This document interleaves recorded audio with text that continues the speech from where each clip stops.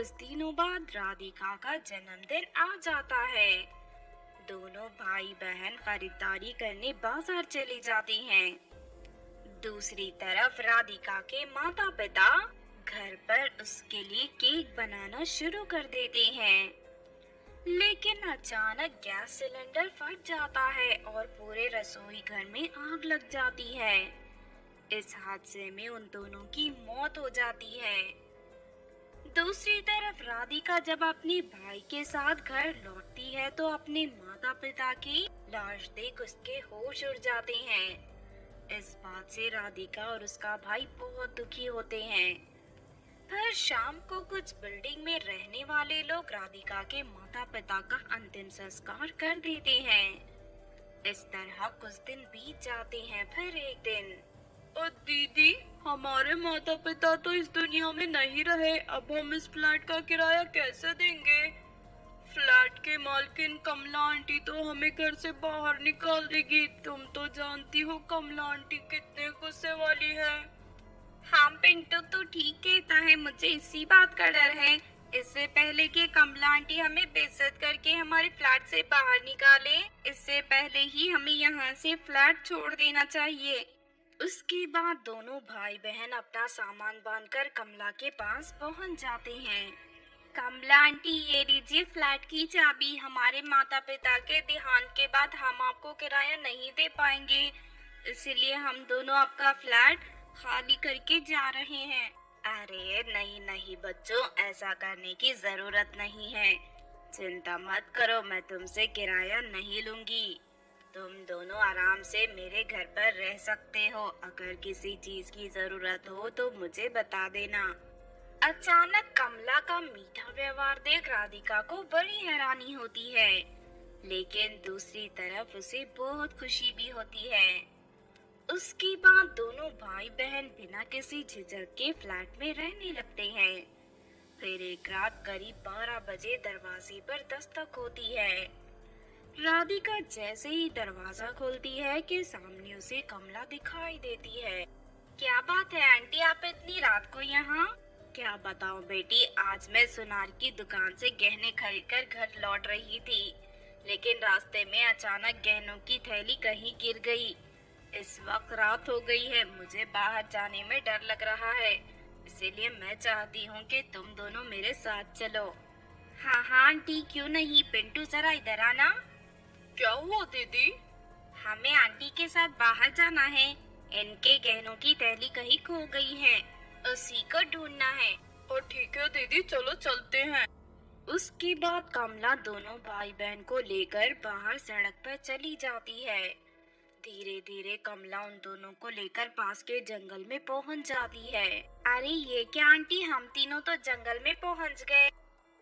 और दीदी, मुझे डर लग रहा है, यहाँ चारों तरफ डरावनी आवाजें आ रही हैं।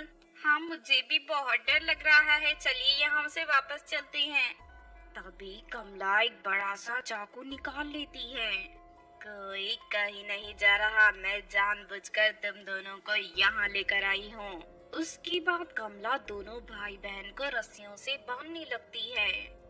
आंटी, आप हम दोनों को इस तरह रस्सियों से क्यों बांध रही हो? आखिर आप क्या करना चाहती हो? मैं यहाँ यक्षिणी की साधना करने आई हूँ। मुझे पता चला है कि दो इंसानों को मारकर उनका खून यक्षिणी की मूर्ति को पिलाने से यक्षिणी प्रकट हो जाती है और हीरे मोतियों की बारिश करने लगती है। इसीलिए मैं तुम दोनों को मारकर तुम्हारी बलि चढ़ाऊंगी।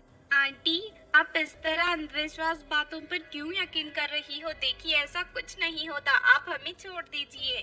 खामोश हो जा लड़की, अब मैं पीछे नहीं हट सकती, मैं सारी तैयारी करके आई हूँ।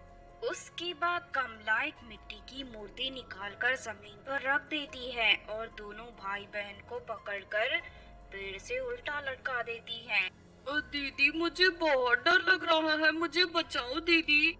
उसके बाद कमला एक चाकू से दोनों की कलाइयों को काट देती है और उनका गिरता हुआ खून बड़े कटोरे में जमा करने लगती है। दोनों भाई बहन दर्द से जोर जोर से चिल्लाने लगते हैं। ये देख कमला को बहुत गुस्सा आता है और वो छड़ी से उन दोनों की पिटाई करने लगती है। तभी अचानक उन दोनों की रोने की आवाज सुनकर कुछ लोग वहां आ जाते हैं। अरे ये सब क्या हो रहा है? उन लोगों को देख राधिका जोर जोर से चिल्लाने लगती है, हमें बचाइए, ये बुरी औरत हम दोनों को जान से मारना चाहती है। राधिका की आवाज सुनकर वो सभी लोग फौरन वहां पहुंचकर कमला को पकड़ लेते हैं। उसके बाद दो लोग राधिका और उसके भाई को पेड़ से नीचे उतारकर उनके हाथों पर रुमाल बांध देते हैं। और क्यों बेरहम औरत, आखिर तुम दोनों बच्चों को क्यों मारना चाहती हो? तेरे इरादे क्या है? सच सच बोल, वरना मैं तुझे नहीं छोड़ूंगा। ये यक्षिणी को पकड़ने के लिए हम दोनों की बलि चढ़ा रही है। अच्छा तो ये बात है, इसकी जैसी अंधविश्वासी औरत के कारण समाज के मासूम लोगों की जान जाती है। हम इसे नहीं छोड़ेंगे। चलो इसे पुलिस के हवाले कर देते हैं, वही इसे सबक सिखाएंगे।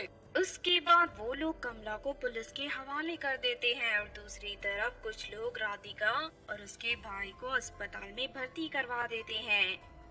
इलाज के बाद दोनों भाई बहन पूरी तरह ठीक हो जाते हैं। उधर पुलिस वाले कमला को पकड़कर जेल में बंद कर देते हैं।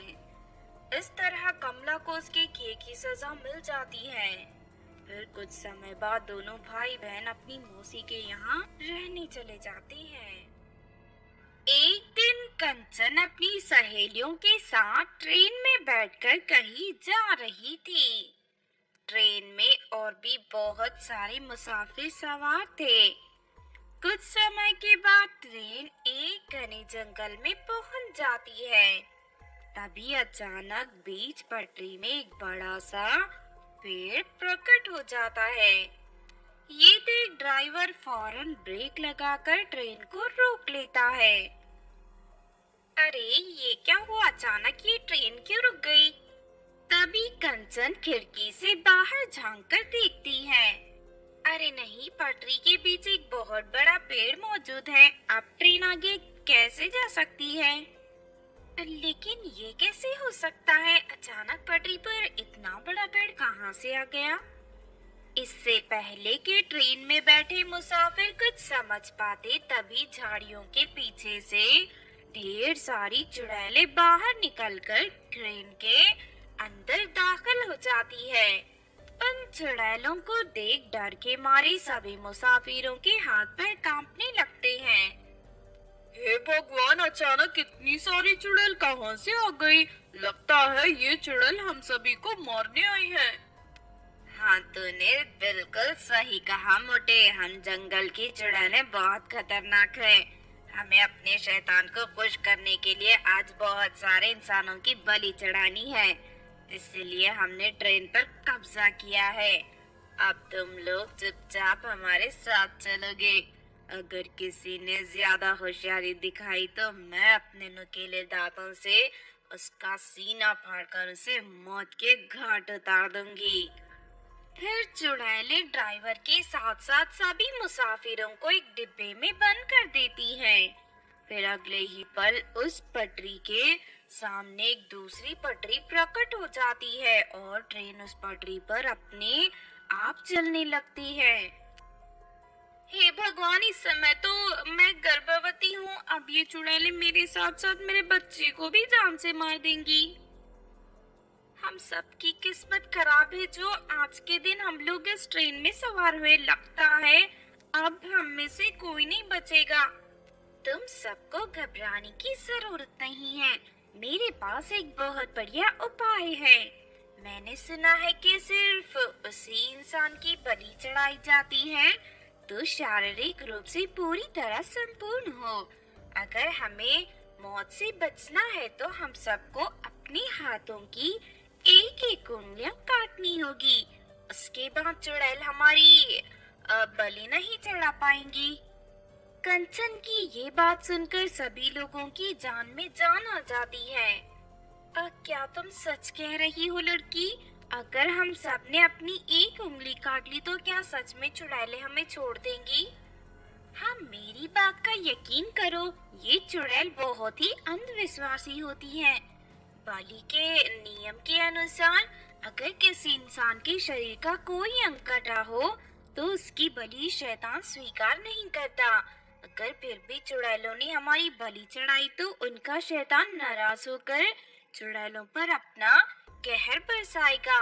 ये बात सभी चुड़ैलें अच्छी तरह जानती हैं। तुम तो ऐसी बात कर रही हो जैसे तुम इन चुड़ैलों के बीच रहती हो। आखिर तुम्हें इतनी सारी बातें कैसे पता चली? दरअसल मैं एक तांत्रिक की बेटी हूँ। मेरे पिताजी बहुत बड़े तांत्रिक हैं। उन्होंने मुझे ये सारी बातें बताई हैं। फिर सभी लोग कंचन की बात पर यकीन करके अपने हाथों की एक एक उंगलियां काट लेते हैं। थोड़ी देर के बाद ट्रेन एक बड़ी गुफा के अंदर चली जाती है। फिर चुड़ैलें एक एक कर सभी मुसाफिरों को ट्रेन से बाहर निकालकर शैतान की मूर्ति के सामने ले जाते हैं। ये देखिए रानी जी, हम बहुत सारे लोगों को लेकर आई हैं। चलिए अब शैतान के सामने इनकी बलि चढ़ा दीजिए। तभी रानी चुड़ैल की नजर मुसाफिरों के कटी हुई उंगलियों पर पड़ती है। ये देख रानी चुड़ैल गुस्से से आग बबूला हो जाती है और दूसरी चुड़ैलों को डांटने लगती है। अरे बेवकूफो, इन सारे लोगों के हाथों की एक एक उंगली कटी है। अगर हमने इनकी बलि चढ़ाई तो शैतान नाराज हो जाएगा और हम सबको जलाकर मार देगा।